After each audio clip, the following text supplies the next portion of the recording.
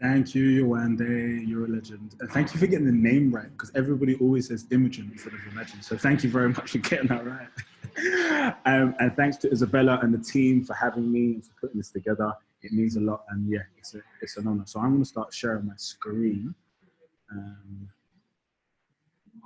there we go. All right, cool. So here we are. So I am the son of immigrant parents. So my mum is Jamaican and my dad is Australian and German. Well, at least we think he is. He's actually adopted, so we're not completely sure, but that's the data we've got so far. That's me in the corner eating food. That's my little sister there, look like a bug. And please forgive the noise in the background because I'm in a co-working space, so it's extremely noisy, so I apologize for that. Here is me again around food. There's going to be a lot of food in this presentation, so you'll understand that. And Dr. Esu earlier, she likes cake. I also like cake too, Dr. Esu, so thank you very much for that. So that's me there enjoying my cake. I'm one of 6 children, so I'm number 5 out of 6, so big family. And growing up in my house was always noisy and always fun. But I was also good at being bad at school. So when I got to about 14, 15 years old, I got in a lot of trouble with my head teachers, with the police. And one of my business studies teacher he just saw the potential and the leadership I had that I was potentially using in kind of a negative way, and enabled me to start my first business. So he enabled me to set up a company called Feng Shui, which was a clothing company. And what we did is, it was basically just a simple brand. We just printed logos and stuff on t-shirts. And I just started getting my friends to bunk off early on a Friday from school and start selling our t-shirts around the city, which was really, really cool. So we made it about £3,000 profit, which was amazing. And that kind of opened my eyes up to university and to studying and so on and so on. So off the back of this t-shirt business, I decided to go to university in Birmingham. I studied business and management there, which was a great time. University was a good time for me to really hone my skills and figure out what I was good at. So I figured out I was good at public speaking, and I was terrible at doing written work. So what I did was I got all my friends to do all the written work, and then I did the public speaking and group tasks, which was great. So it was a win-win for everybody. You don't want to public speak, I don't want to write, you write, I public speak, done, sorted. So that was university for me, which was really, really cool. But then once I graduated, I had no idea what I wanted to do, but I knew I was good at talking. So I became an estate agent, because everybody loves estate agents, right? Nobody loves estate agents. But yeah, so I was an estate agent at that Birch Edwards office there in Birmingham. So I used to sell houses. So that's where I learned predominantly most of my selling trade.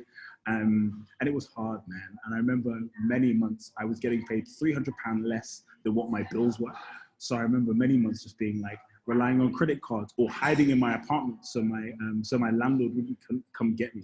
And I remember at one point I was kicked out of my apartment, moved into a motel, and I spent 2 days hiding in the dark in the motel because I didn't have the rent to be able to pay the person that owned the motel. But that was just like my journey at that point. And then after that, I was actually headhunted by a security firm. So you can see the security cameras in the middle.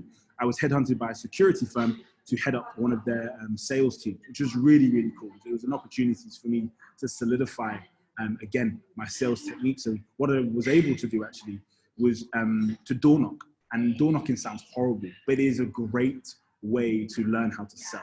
Because when you're door knocking, ooh, you will hear a lot of no's. You will get 1.9 million no's in a day, and you will get half of a yes. You'll get a maybe, and it's horrible. But it taught me how to sell. It taught me how to be resilient. It taught me how to push through. And those are skills that I still use today in the business that I run now. And then the final company I moved on to before I started doing what I'm doing right now is a company called Simply Health. So they're a health insurance firm. I worked for them for 4 years in a consultancy role, sales consultancy role, which was really, really cool.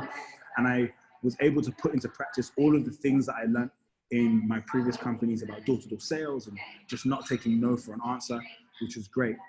But while at Simply Health, I helped them with their innovation. So I actually worked in their innovation team, actually helping them to develop new health insurance tech. And during this period, I was helping them to build out some amazing tech that I thought was going to change the world. And as being a big company, they suddenly decided that they didn't want to do it anymore and canned it. They got rid of it, they stopped doing it, and I was frustrated. And for me, it didn't really make any sense that we put all this money, put so much money into developing this technology, and then they didn't end up running with it. So I decided, screw this, I'm gonna leave the company. So I started a startup incubator in secondary schools. So I basically help young people in secondary school. So going back to what I was doing in secondary school, I helped them to start their own businesses. So this was secondary schools and universities. And basically all I did, I took the money that I had, a few £1,000s, whatever it was. And I said, if you've got a good business idea, pitch it to me. And if I like it, I'll give you money for it. And that's what I did. So I just went up and down the country and enabled young people to pitch to me. And I invested, I think, just over £2,500 in a few different businesses and enabled them to launch their businesses, which is really, really cool. But off the back of that, what actually happened was I built an amazing network of young people, university students and secondary students. And while I was engaging with this network, there was a company called the NFL, which is the National Football League from the States. And they reached out to me and they were like, hey, we see you have this massive network of young people. Is there any chance they'll be interested in helping us do a marketing campaign? And that's all they needed to sell to me. My salesman brain went into override and I was like, 100%, we can do that. Had no idea how we were going to do it. But I was like, we can do that, 100%. I'm so keen. I'm so down. Let's do it. Went back to my team at the time and I was like, how the hell are we going to do this? What are we going to do? How are we going to put this together? Which was really, really cool. It was nice to have that challenge from the NFL. And it's what birthed Imagen. So that's what birthed what we're doing right now. So what we do at Imagen, our entire mission is to help Gen Z to shape their future. And we know the best way for Gen Z to shape their future is with brands, because brands shape countries and culture like governments and Donald Trump only wish that they could. So what we do is we enable agencies and brands to crowdsource feedback, ideas, or insights from our community of Gen Z consultants. So we have just under 2,000 16 to 25-year-olds across the UK and now across the globe. And they work as consultants directly for us. So anybody is free to sign up. You simply go to our website and you can get involved.